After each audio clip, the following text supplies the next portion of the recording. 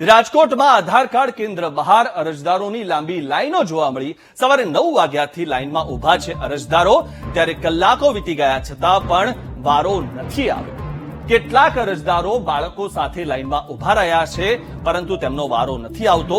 System કેટલી slow છે, સિસ્ટમમાં કેટલો સડો છે, તે આ બધા દ્રશ્યો પરથી આપ જોઈ શકો। કલાકો વીતી ગયા છતાં પણ અરજદારો બાળકો સાથે ઉભા રહેવા માટે મજબૂર બન્યા છે। અને વાત એ જ છે, આધાર કાર્ડ કેન્દ્ર બહાર અરજદારોની લાંબી લાઈનો, લોકોને દરેક વાતે લાઈનોમાં ઉભા રહેવું પડે છે। લોકો હવે કંટાળી ગયા છે કે કેટલી વાર સુધી લાઈનોમાં ઉભા રહેશે। જો આ ભારત ડિજિટલ ઇન્ડિયા છે તો પછી આ પ્રકારે લોકોને લાઈનોમાં કેમ ઉભું રહેવું પડે છે? દરેક વાત જો પળવારમાં મોબાઈલ પરથી થઈ જતી હોય તો પછી અહીંયા લાંબી લાઈનો શું કરવા લગાવવામાં આવી રહી છે?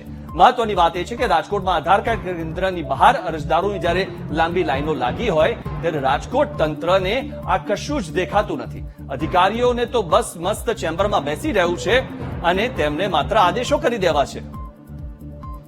આ વિશે વધુ માહિતી મેળવીએ અમારા સંવાદદાતા ભાવેશ પાસેથી। ભાવેશ, મહત્વની વાત એ છે કે આધાર કાર્ડ માટે જેવી રીતે લોકો લાંબી લાઈનો લગાવી રહ્યા છે, વોટ માટે પણ લોકો લાંબી લાઈનો લગાવતા હોય છે। વોટિંગ તો ફટાફટ થઈ જાય છે, પરંતુ આધાર કાર્ડનું કામ થતું નથી।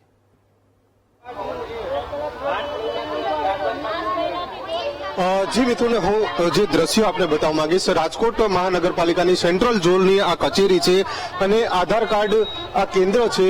આપ જે લાઈન જોઈ શકો છો, વહેલી સવારથી જ આ લાઈનો છે તે લાગી ગઈ છે। આધાર કાર્ડ કેન્દ્ર 9 વાગ્યાની આસપાસ છે તે સવારે ખુલે છે, પરંતુ અત્યારે 12 વાગ્યાનો સમય થયો છે, છતાં પણ આ મસ્ત મોટી લાઈનો છે તે જોવા મળી રહી છે। જે અરજદારો છે તે નાના બાળકો સાથે હેરાન થતા જોવા મળી રહ્યા છે। આપ સીધા દ્રશ્યો જોઈ શકો છો। આ જ પ્રકારની જે આખી લાઈન છે તે અંદર પણ છે, એટલે કે વેઇટિંગ રૂમમાં પણ મોટી સંખ્યામાં અરજદારો છે તે બેઠા છે, લાઈનોમાં બેઠા છે। આપણે અરજદારને પૂછવાનો પ્રયત્ન કરશી। શું નામ છે ભાઈ તમારું? દીપકભાઈ। દીપકભાઈ, તમે શું કરાવવા આવ્યા છો આધાર કાર્ડ? આધાર કાર્ડ કઢાવેલું, મારું ઘરના દાખલ કરેલા છે, સરકારી મારે બીપી સર્વના દાખલ કરેલા છે। 8,000નો ખર્ચો કર્યો કે આધાર કાર્ડ કઢાવીને આવો। કેટલા તમે ક્યારના લાઈનમાં ઉભા છો? અમે સવારે 10 વાગ્યાના। અત્યારે 12 વાગ્યા વારો આવ્યો છે, શું છે, કેવી રીતના છે? વારો નથી હજી, બહુ બધા લાઈનમાં જ ઉભા છો? હા। શું કહે છે અંદર અધિકારીઓ? કેવી રીતના ટોકન આપે છે કે સીધા લાઈનમાં ઉભા રાખો? લાઈનમાં ઉભા રાખે। જે પ્રમાણે મિથુન, અરજદારો છે તે મુશ્કેલીમાં છે। એક અરજદાર બાળક સાથે આવ્યા છે, આપણે તેમની સાથે વાત કરું। શું નામ છે ભાઈ તમારું? પરમાર નારાયણભાઈ। શું કહેશું નાનભાઈ, તમે લાઈનમાં ઉભા છો, કેટલા સમયથી ઉભા છો? હું 10 વાગ્યાથી ઉભો લાઈનમાં, 2 કલાક 2-3 કલાક જેવું થવા આવ્યું। લાઈન આગળ વધે છે? લાઈન થોડી આગળ વધે, બહુ આગળ નથી વધતી। કઈ કહે છે અંદરથી ક્યારે વારો આવશે? કઈ એવું કઈ નથી કહેતા। બાળકને સાથે લઈને આવ્યા, શું આધાર કાર્ડમાં શું કરાવવાનું? અપડેટ કરાવવાનું આધાર કાર્ડ। સ્કૂલમાં રજા રાખી હશે? હા, રજા રાખી। જે પ્રમાણે મિથુન, સ્કૂલમાં પણ વિદ્યાર્થીઓ છે તેમને સાથે લઈને આવ્યા છે, રજા રાખે છે। આપણી સાથે જે બેન છે એમની સાથે વાત કરું। બેન, તમે શું કરાવવા આવ્યા સાથે? ફોન નંબર ખાલી ચેન્જ કરાવવાનો છે। શું કહે છે અત્યારે લાઈન મોટી છે તો? કઈ કીધું નથી, અત્યારે વારો આવશે કે નહીં એ પણ નથી કહેતા। એ તો જો ના આવવાનો હોય તો એ લોકો વયા જાય, એમ કોઈનો ટાઈમ વેસ્ટ ના થાય, તો એ પ્રમાણે પણ હજી કઈ કીધું નથી। હા, આગળ વધે છે ને થોડી આદત, પણ હજી અંદર બી લાઈન છે। અહીંયા તો લાઈન છે, અંદર બી લાઈન છે। કઈ કર્મચારીઓ કઈ તમારી સાથે વાત કરી? કોઈ કઈ નથી કીધું, કોઈ કાંઈ નથી કીધું। જે પ્રમાણે જે અરજદારો છે તે હેરાન થઈ રહ્યા છે, મુશ્કેલીઓ છે। જ્યારે બાળકો સાથે પણ અરજદારો છે તે જોડે, તો કેટલાક વૃદ્ધ અરજદારો છે તે પણ લાઈનમાં ઉભા છે, સવારથી લાઈનમાં ઉભા છે। દાદા, શું નામ છે તમારું? દેવાભાઈ। કેટલા સમયથી તમે ઉભા છો? સવારના 8 વાગ્યાથી। અત્યારે 12 વાગ્યા વારો આવ્યો? અત્યારે 12:20 થઈ, હજી વારો નથી આવ્યો। હું આધારમાં તારીખ નાખવા આવ્યો છું, જન્મ તારીખ આધાર કાર્ડમાં। 8 વાગ્યાના ઉભા છે સાહેબ, વિચાર કરો ને કેટલી વાર થઈ આમાં, આટલો બધો ટ્રાફિક છે આમાં, હજી વારો નથી આવ્યો। અંદર એટલા માણસો છે। કેટલા સમયથી આ ધક્કા ખાવ?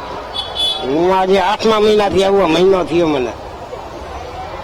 અલગ અલગ અરજદારો છે તે સતત છે તે જે ધક્કા છે તે ખાઈ રહ્યા છે, પરંતુ હજુ સુધી તેમનો વારો છે તે નથી આવી રહ્યો। આપણી સાથે અન્ય જે અરજદાર છે, શું નામ છે તમારું? અંદર લગાડ્યા છે, હિતેશભાઈ કુવાવત। ભાઈ સવારથી ઉભા છો તમે, હજી કઈ પ્રોસેસ ચાલુ જ નથી. યા ને લાઈનમાં આમને લાઈનો જ લાગેલી છે. ખાલી કહેવાનો ડિજિટલ યુગ થયો છે, બાકી સરકારી બધા જે તે કેન્દ્ર છે ત્યાંથી જ કામ પતે છે. ઓનલાઈન કઈ કામ પતતું નથી. હેરાન થાય છે આમ જનતા. કેટલા સમયથી તમે આ હેરાન થાવ છો? બસ આજ સવારથી 4 કલાક થઈ આમનો. કેવી વ્યવસ્થા કેવી હોવી જોઈએ? કમસે કમ નાના બાળકોને જે કઈ બૈરાઓ લઈને આવ્યા છે એને તો અંદર જવા દો. તડકામાં અહીંયા ઉભા હોય છે, કઈ બીજી કઈ છાયાની વ્યવસ્થા ન હોય, કઈ નહીં. લેડીઝ ને બૈરાની તો અલગ લાઈન રાખો. જેન્ટ્સની જે તે કઈ હોય તે તકલીફ બરોબર છે. જેન્ટ્સ સહન કરીએ કે નાના બાળકો 5-6 મહિનાના હોય કે વર્ષ દિવસના હોય, એ આધાર કાર્ડ કરાવવા ઉભા તમે જોવો જ છો તકલીફ કેવી પડે છે. જે પ્રમાણે અરજદારો છે સવારથી વહેલી સવારથી લાઈનમાં ઉભા છે અને તેમનો હજુ સુધી જે આ વારો છે તે નથી આવ્યો, જેના કારણે રોષ છે તે અરજદારોમાં જોવા મળી રહ્યો છે. જ્યારે વહેલી જ સવારથી આ પ્રકારની લાઈનો છે તે જોવા મળી રહી છે. હાલ 12 વાગ્યાનો સમય છે, પરંતુ જે લાઈન છે તે હજુ આગળ નથી વધી રહી. ક્યાંક ને ક્યાંક બાળકો સાથે વૃદ્ધો છે તે પણ આવ્યા છે.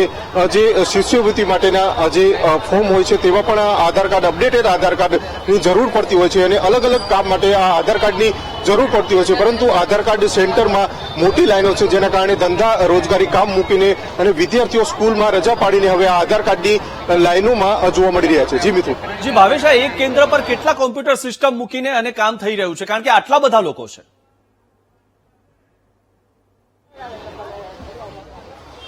ખરેખરમાં જો રાજકોટ મહાનગરપાલિકાનું આ સેન્ટ્રલ ઝોન છે, એટલે કે અહીંયા 3 સિસ્ટમ છે તે રાખવામાં આવી છે.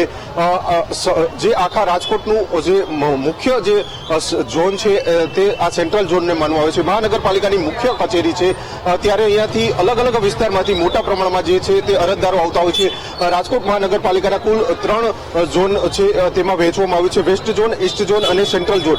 જ્યારે સેન્ટ્રલ ઝોન ખાતે આ દ્રશ્યો છે તે જોવા મળી રહ્યા છે, જ્યારે ઈસ્ટ ઝોનમાં પણ આ જ પ્રકારના દ્રશ્યો હોય છે અને વેસ્ટ ઝોનમાં પણ આ જ પ્રકારના દ્રશ્યો હોય છે. પરંતુ સેન્ટ્રલ ઝોન છે એટલે કે મુખ્ય કચેરી છે, ત્યાં મોટા પ્રમાણમાં અરજદારો છે તે આવતા હોય છે. તેમનું કામ વહેલું થઈ જાય તે માટે તેવી આશાએ આવતા હોય છે. પરંતુ સેન્ટ્રલ ઝોન ખાતે બિલકુલ ભાવેશ, માહિતી આપવા બદલ આપનો આભાર. 3 સિસ્ટમ છે ને આટલા બધા લોકો છે, ક્યારે તેમનું કામ પૂર્ણ થશે તે સૌથી મોટો સવાલ છે.